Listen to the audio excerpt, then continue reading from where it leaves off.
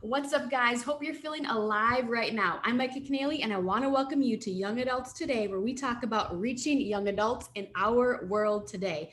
And like always, I'm joined by my husband and my co-host, Josiah. How you doing? Phenomenal. And yourself? I'm doing well. We've both had a cup of coffee, maybe two, but we have some incredible news. We're over 100 episodes with Amazing. Young Adults Today. Wow. And Josiah, how can people get involved? How do they, and when do they, and where do they get plugged in? Yeah. So, every Monday morning, honestly, new content is launched. So, if you're a regular listener or if you're tuning in Yep. for 2 years now, we've just launched new content with fresh episodes every Monday. We just want to say thanks for subscribing, rating, reviewing, and sharing this content. It helps us, reach more listeners with the message of young adults today. Yes, and we have an incredible guest. Sure do. And a wonderful author. And I will say a female joining us. Let's It's always go. fun to have a female voice online with us today. So Josiah, would you mind introducing who our special guest is? I'll introduce her with her bio in just a second, but we're joined today by Christy Wright. How are you? Hey, great, you guys. Thanks for having me. Thanks course. for joining us. We're excited. And Christy Wright, by the way, is a national best-selling author, personal growth expert, part of the incredible team at Ramsey Solutions, serving as one of the Ramsey Personalities. She also has a popular podcast called The Christy Wright Show and has a brand new book. We're holding one of our copies. We've got a couple called Take Back Your Time, launching as we launch this episode. This week is book launch week. And here's the deal. If you've ever felt overwhelmed, overworked, overscheduled, maybe exhausted in the process, or even unfulfilled, this episode is for you. And we're going to be talking about life balance. So how's that sound? That sounds great. Christy, thank you once again for joining us. Yeah, I'm so excited, you guys. This is awesome. All right. Well, for the listener who, if you've never heard of who Christy Wright is, Christy, we're just going to kick things off right away. Would you be willing to share your story of family, life, business, and leadership with the audience and us today? Sure. Well, I'll give you a quick overview just so I don't, bore people. But basically, I have spent the last 10 years or so coaching people in starting businesses. So anything from small business, side business, hobby business, home-based business, ministries, nonprofit. I love to help people get started because what I've noticed is there are so many people, truly millions of people that want to do something, but they're not sure how. And so that's what led to the Business Boutique event, the Business Boutique book in 2017, the Business Boutique podcast and brand and so on. And I've spent so much time in this space because I have a background in business. My mom was an entrepreneur. My dad was an entrepreneur, and I've always had a heart for business. I'm a certified business coach and so on. But what I've noticed is in doing this the last, 10 years, is that I started to have a lot of people come to my events, read my book, listen to the podcast and so on that didn't have businesses and didn't want them. And they were just there like, oh, you really helped me in my goals, or you really helped me, push past my fear or get a promotion or figure out what job I want to take. And it was almost like the market was telling me, we want to be here even though we're not business people. And at the same time, God was really stirring in me to talk about more than just business. What I'd found was I have, all this content God's put on my heart, and I was forcing it through the business filter and forcing the audience through the business filter. And God's like, let's just take away the filter and you can help people in business and in life. And so it was a combination of God stirring in me and the market telling me, affirming it. And so last year, we decided to expand, not pivot away from, I still do all the business stuff. We have our conference, all that stuff, but expand and help people in more ways than just business. So on the Christy Wright Show, I talk a lot about personal development and faith, and I have a vision to kind of bridge that gap where I don't think they're mutually exclusive. And I came up with a Devo, Living True 40 Days to Get Back to You in October. And then this book is the first real book in this space. And so it's been I would say like probably a 2-year expansion past business. But I definitely still have a heart for that. I just think God's calling me to help people in more than just business now.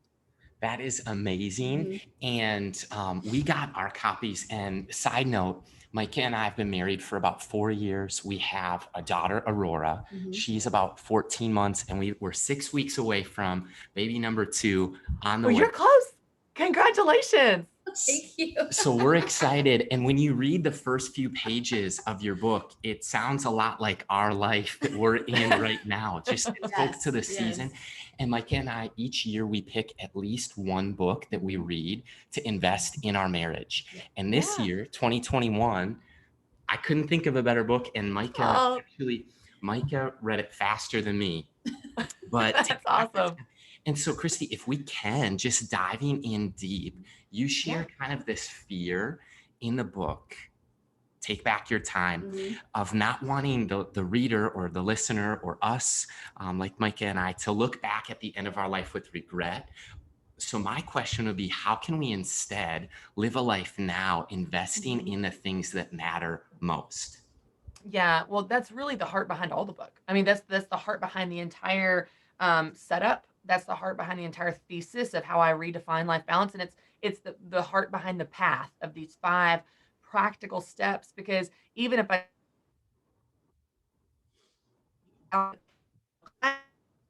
the question is, well, how do I do that? Balance is one of those things that even the word, I think, we don't know what it is. We just know we don't have it, right? Like, we can't nail it down. So it almost becomes this shadow that haunts us. And I talk in the book a lot about this, but there are undercurrents of guilt and shame and overwhelm. It's not just a time issue. It's even an issue about how we experience ourselves, our marriages, and even how we experience our life. Wow. And so I think the first most practical step, and this may be jumping ahead too much, you feel free to take this anywhere you want to go, but the most practical step, if someone wants to spend their life intentionally, like you're saying, if they want to spend their time on what matters to them, if they want to enjoy their life, if they want to be guilt-free, if they want to be confident in the choices that they're making and have a peace that they're doing the right things. Well, the most obvious thing is they need to know what those things are. They need to know what the right things are. And this is unique to each person. Yeah. So this past summer, it's Summer Olympics going on right now. Obviously, they're coming up. And an Olympian that's training 60 hours a week getting ready for the Olympics is very different than you guys in 6 weeks when you have a newborn baby and you're up 4 times a night, right? And so the most, you're like, oh gosh, I forgot. The most basic tactical, the right things at the right time. You need to know what the right things are. So that means getting out of the weeds. It means slowing down in order to think about and consider and pray about what's right for me right now. And I think that when you do that, it's amazing how much clarity it brings to what you should be doing and what your calendar should look like. But we've got to start by identifying what those things are, and it's unique to every specific person. I think that's so good. And Christy, do you mind if I just read one quote from your book? This really captured my attention, and it's on page 81 of the advanced reader's copy. And it says, if you don't begin with the end in mind, you will end up crossing someone else's finish line. And worse, you'll work really hard for a life you don't actually want. Wow. And I think we work with so many young adults, and the people who are listening to this podcast, they're young leaders, they're pastors, they're volunteers, they're people who maybe just be tuning in and are passionate about the next generation and figuring out themselves if they're a part of this generation and how they can be a team player. And I would just hate for us personally or anybody to reach the end of their life and be like, I ran somebody else's race. Wow. And I think that was a huge wake-up call and a reality check when you do the exercises in this book, because I'm just like, wow, like we have an opportunity. Obviously we're in the passenger seat, God's hopefully in the driver's seat of our life, but there are decisions that we're going to have to make, and how we prioritize and if we are praying into the future and everything. And I just find that so fascinating yet so simple, but you feel so dumb at the same time. You're like, well, duh. This is like common sense, but to have that structure and how you wrote it is just, I don't know, I just really appreciate that in the season that we're currently in. And we're new parents, like Josiah said, and a young family, living life, leading a ministry, and we're very fulfilled doing what we're doing and privileged to do that. Wow. But I know I guess the question is, how can we, and anybody else who fits into this umbrella, laser focus our efforts to match those priorities? Like, how do they coincide, and what would you say to that today? Yeah, well, I love that question. I'd love to even circle back to something you said a second ago that I thought was really powerful insight, because your audience is young. It's what it's titled for. And I think that you have to hold two things with open hands when you're in that season of life. Looking back, I'm almost 38. Like, I'm getting close to 40. I remember my 20s. I remember after college. And you kind of have to hold two things with open hands. I want to live with intentionality. Yep. I don't want to just spend my entire decade of my 20s scrolling social media, which is super tempting, by the way, Wow. or compare myself to, this is what she's doing, this is what he's doing, this is what success looks like, this is what my mom says I should do, comparing yourself to other people. I want to be intentional, and I want to have a plan, and I want to think long term and have a vision. Yes, yes. And because we as humans tend to take everything to the extreme, we're either working out every day or eating Oreos by the sleeve, doing nothing. Like, we don't really do middle way well, right? Like, we like the big, impressive splashes. The other extreme we can swing to is feeling like we have to have our entire life figured out at 22. And Mhm. we can't take a job that's not our dream job because, I'm sorry, I'm living with intentionality. I don't want to retire there, so I'm not going to take that job. That's beneath me. It's not either or, it's Wow. both and. And I Wow. think that I have been in seasons of my life, plenty of them, that when I was in them, they felt purposeless. I maybe even felt abandoned by God, even if I knew I wasn't. I was like, God, where are you in this? This is Mm, hard. This is not glamorous work. This is a season of loneliness or a season of wilderness. And in that season, as Americans, and as our culture, we're very individualistic. Our go-to is to look for the emergency exit, get out as fast as possible so we can self-realize and have complete fulfillment every day of our life. That's not the life of faith.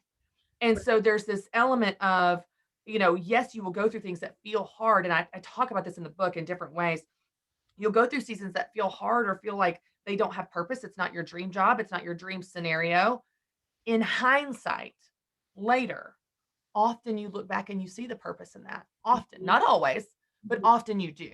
And yeah. so it's an element of, I want to be intentional. I also want to be faithful for where God has me, because God has not forgotten me and he knows exactly where I am, and he is always on time. And if I have tried to bang down every one of these 10 doors and none of them are open and no windows even have a crack and I can't break them open, maybe God wants me right here.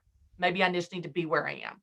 And so I think it's this dance of, I'm going to be intentional with the future and with my time, and also knowing that God may have me in a season that at the time feels purposeless, but we know God works all things together for Right. good, and he has a purpose. So it's both of those. But to your point about the priorities, and this really gets into step 3 in the path, and I know we're kind of going out of order here, but once you know what the right things are, those things need to go on your calendar, and people are going like, seriously, like, this is obvious. But here, let me back out and show you how we miss this. We understand intellectually, but we don't do it.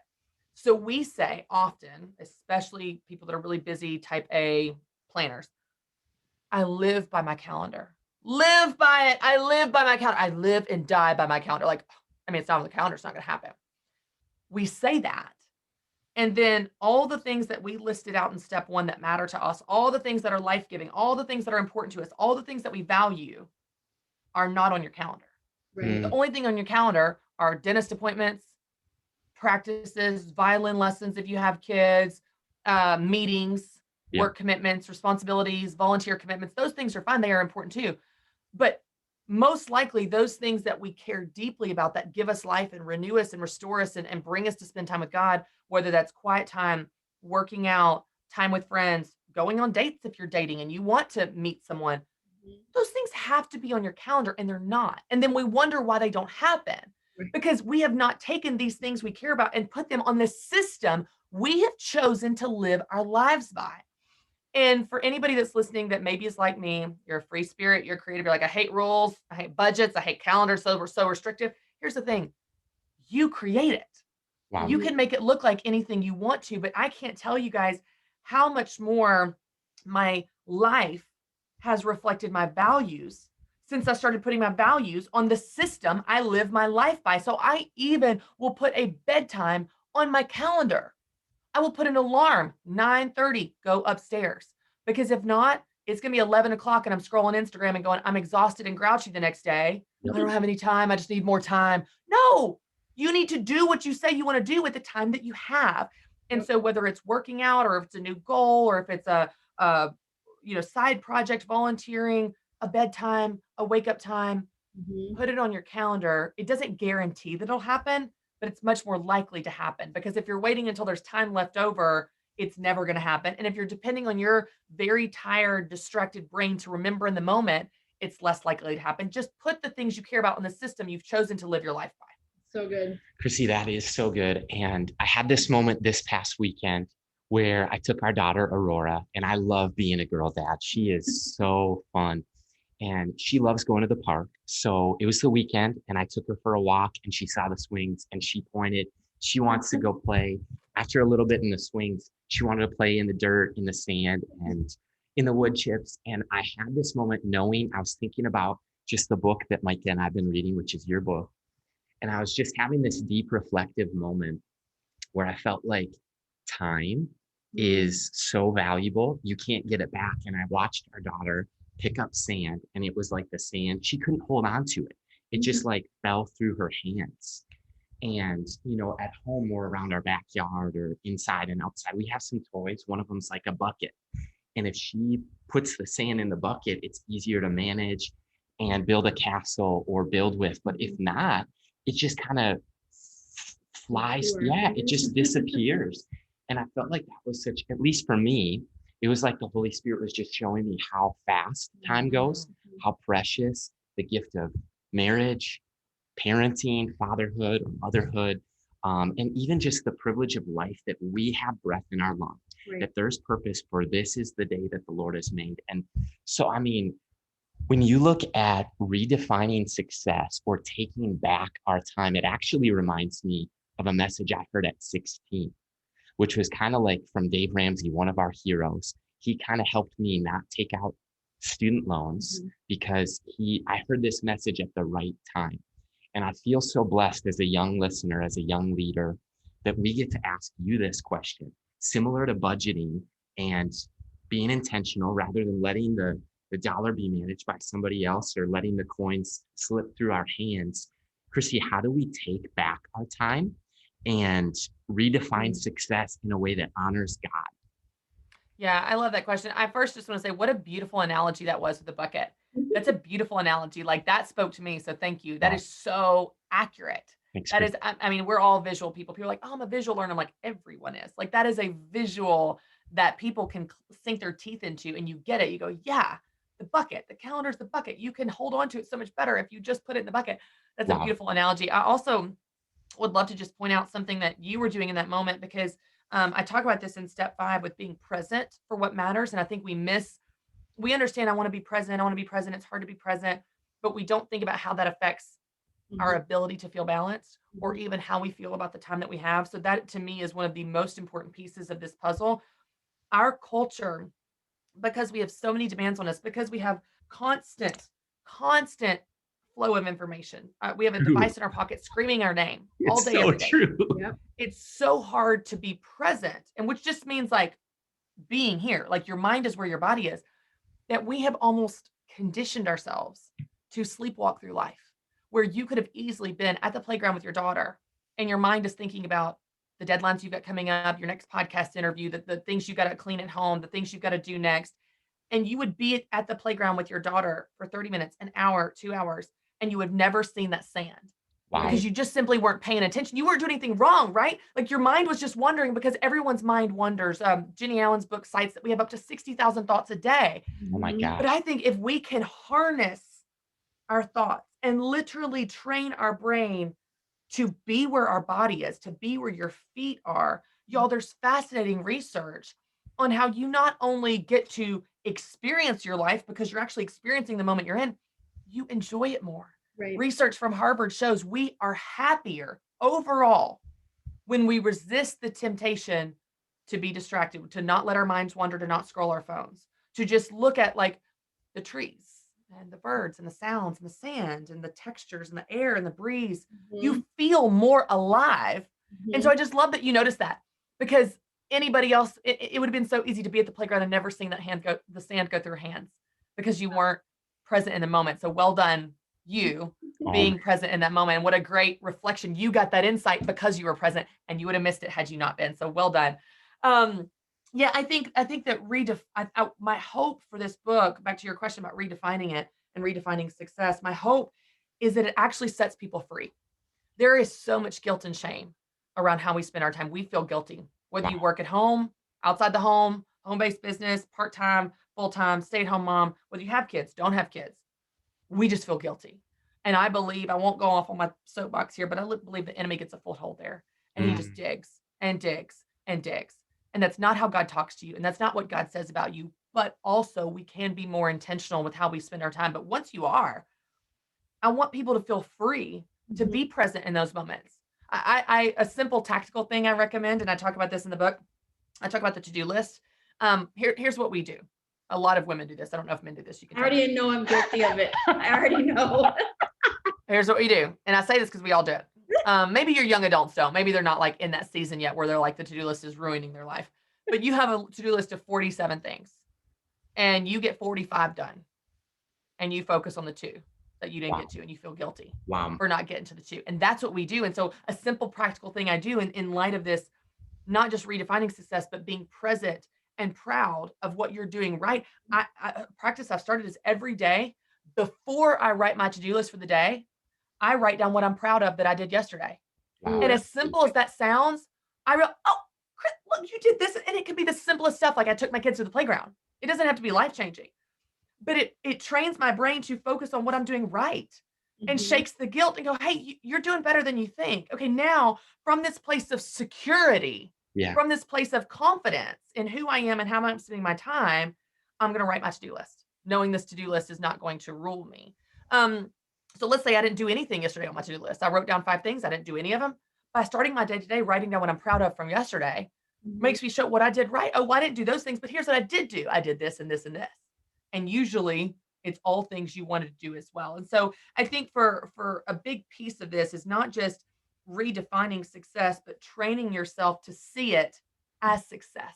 Yeah. Because you could be managing your calendar perfectly, but if you're not present for it, you miss it. If you don't identify that as success, as like, this is my version of balance and I'm choosing this, then you'll still feel like a failure no matter what you do. An example I use in the book, and I think this is in step 3 on creating the calendar, the tactical, practical side, but I use an example of my house. So with 3 kids under age 6, my house is never clean all at the same time.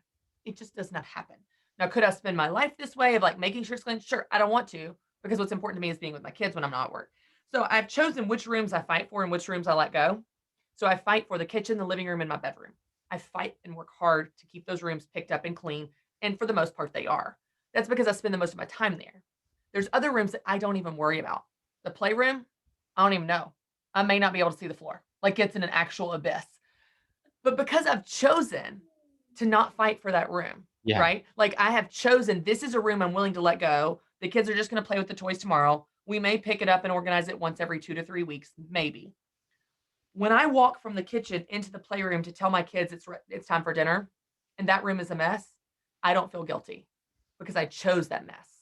I'm not thinking, oh, I should clean this up. No. I actually chose to spend my time in a different way. I chose to spend my evenings 5:30 to 7:30 at the playground.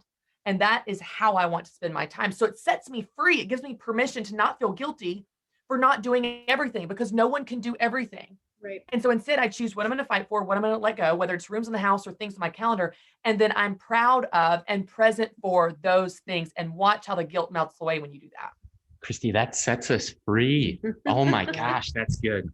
Well, the funny thing is, we were on a walk this weekend. I told Josiah, I was like, you know what? Christy writes about this in the book. You're like, you just have to choose the rooms that you just gotta let go. And I'm like, okay, bucket of toys, play food all over the floor. You know what? I'm like, I'm gonna pick my battles. And I'm like, you know what? I don't care about the 3 seasons right now. That half of it is her zone, and she knows she's taking her own personal inventory and playing over there. I was like, that's okay. And I know when you said the list thing, what I thought you were going to say is you make a list and then you write like made a list, check. Like that's me. Like I'm going to make a list and I'm right made list and I'm going to put check to feel accomplished because you talk about productivity. Do you feel productive? And that's my biggest pitfall. I'm like at the end of the day, I want to close my eyes and be like, yes, Lord, I lived for you, but I was also productive in these areas. And it made me feel good. So and then you do it again the next day and I'm like, oh my gosh, this is so mundane or maybe silly, like chasing the wind. But Oh my gosh. Well, we want Well, to it's be. funny because I thought it was so fascinating. In my research I did before when I was writing this, I thought the research on the to-do list was fascinating how our brain releases dopamine when we check something off, which creates an addictive cycle. So Yeah. we begin to put things on a to-do list and never question if those are good things. You're If right. those are things we want to do, if those are things that are important, if those are the things that matter in the grand scheme, or those are things that move us in the direction we want to be, we don't question. We just put it on there, check it off, put it on there, check it off, like a rat in a wheel. Wow. Right. And Yep. you go, oh, I should do this differently. Yes, the to-do list can be a tool, but I want things on it that actually matter, that actually turn me into who I want to be to create the life I want to lead. Yes, that's perfect. And we also want to lean into, we got 5 questions for you left. It's called Rapid the fire. 5 and 5. Okay. 5 questions in less than 5 minutes if you can do it. And we're going to lean in and be present with you as a listener, as the people who are viewing right now. And we're going to kick it off with question number 1. If you could describe yourself in 3 words, what would those 3 words be? Hardworking, enthusiastic, and honest. I love it. That's an amazing combo, Christy. Why? I'm an Enneagram 8. Like, I'm going to shoot you straight. Is that the Challenger? Yeah. Me too. Ditto. Sometimes I forget the numbers. I'm an 8 wing 7, so I'm enthusiastic as well. Very enthusiastic about everything. Yes. Christy, why do you believe reaching the next generation through efforts like young adult ministry? Why do you think that's important? Well, I'm going to speak like an old person here. I'm not that much older. I mean, I don't feel like it, but I think you avoid regret. Regret is such a tough thing because you feel like you could have done something different and you didn't. And I talk to so many people in their 60s that whether it's a book or something, and they say, I wish I knew that when I was younger. You know, all Dave Ramsey's people say that. And so I think you're catching them early to help them set their life on a better path earlier to avoid the regret. That's phenomenal. All right, question number 3. We're going to mix it up. Here's the curveball. If you could ask Josiah and myself one question today, what would you ask us? Ooh, okay. Can I ask you anything? Anything. Of course. Ministry, non-ministry, fun, crazy. Well, I have so many now. I have to like narrow it down. Okay, I'll ask you one from the book because I'm curious because y'all went through the book. Yeah. When you had to define who you wanted to be, what did you say? Oh my gosh. I said I wanted to be a present believer of Christ with my friends, my family, the ministry, and not chase the wind essentially, or chase my shadow. And through that, just organizing like what are those priorities and how are they broken down, like that little funnel or the 5, I don't even know, upside down pyramid. Yeah. So I was leaning in that direction, and I'm still sifting through because I'm just like, wow, at the end of my life, what do I want to be said about me essentially too. So I'm still working on the ultimate thing, but I'm like, there's a lot of me that probably spewed on those pages as I was journaling. No, that's so good. I think it's interesting because it's different for everybody.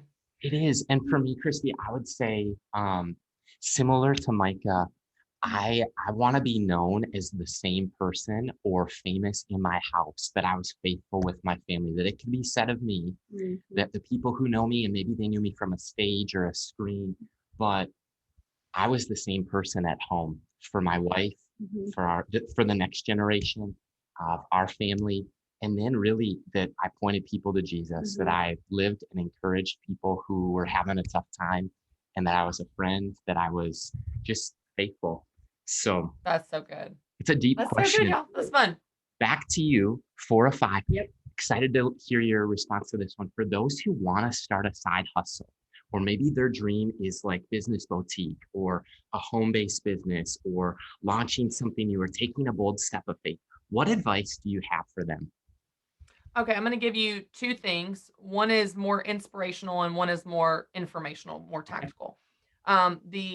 The informational one, the tactical one is you need to know what problem you solve through that business. That's good. Now, that may sound intimidating, but it's really not. It's like if I do hair, I'm solving the problem of people need haircuts, highlights, updos, blowouts, etc. If I paint, people need custom portraits in their house. If I make jewelry, people want to look cute, accessorized, going out. You solve a problem. You just need to know what it is. And the reason is because when you know what problem you solve in your business, it tells you so many other important pieces of information about your business. So if someone's listening right now and they're like, I want to start a business, I want to start an ice cream food truck. Cool. Okay, let's break this down. What problem do you solve? People like sweet treats in the summer and so on. Now let's talk about what are the other pieces of information that tells you.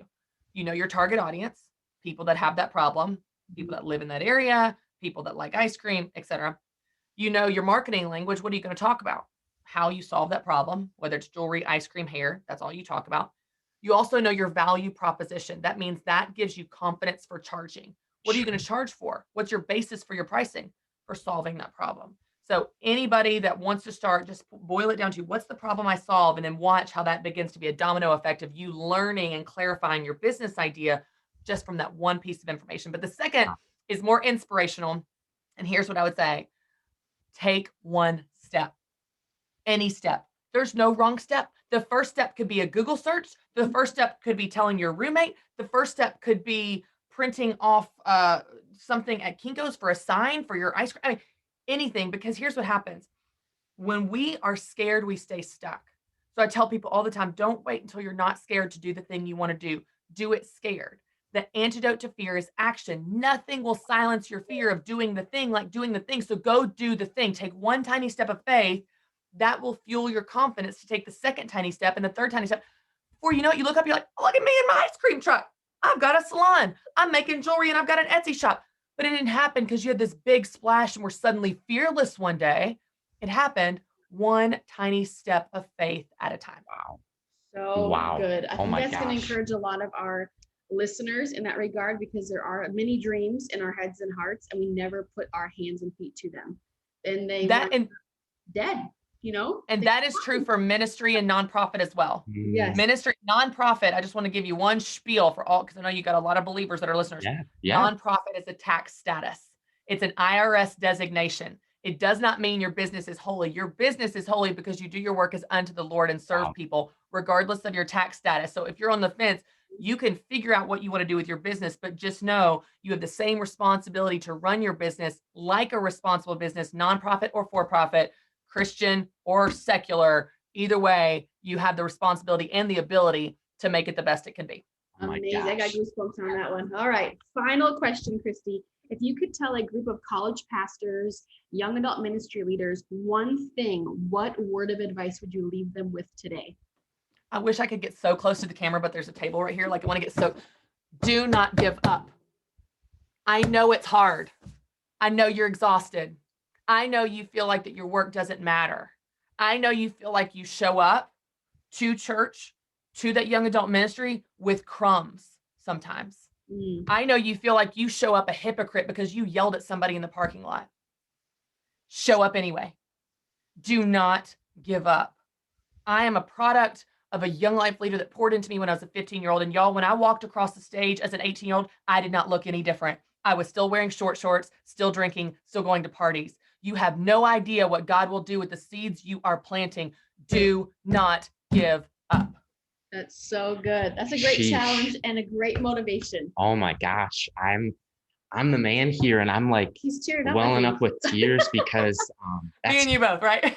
that speaks to my heart. And I pray, Christy, that the listener is as encouraged as I am, as Micah is, and motivated to pick up, take back your time, read it with your spouse, read it with your small group, maybe a group of young adults as well. And Christy, we just want to say thank you so much for investing in Micah and I, as well as our community of young leaders. Thank you. Thank you guys for having me. Thank you for the work that you do and how you are such a light in this world, and specifically in the young adult space that needs it. So thank you for the work that you guys do. Absolutely. Thank you so much. Well, you can find out more about Christy Wright when you check in with us at Young Adults Today. And you can learn more about Ramsey Solutions and her new amazing book, Take Back Your Time, and experience that freedom just like Josiah and I right now. So until next time, this is Mike and Josiah signing off. Thanks so much.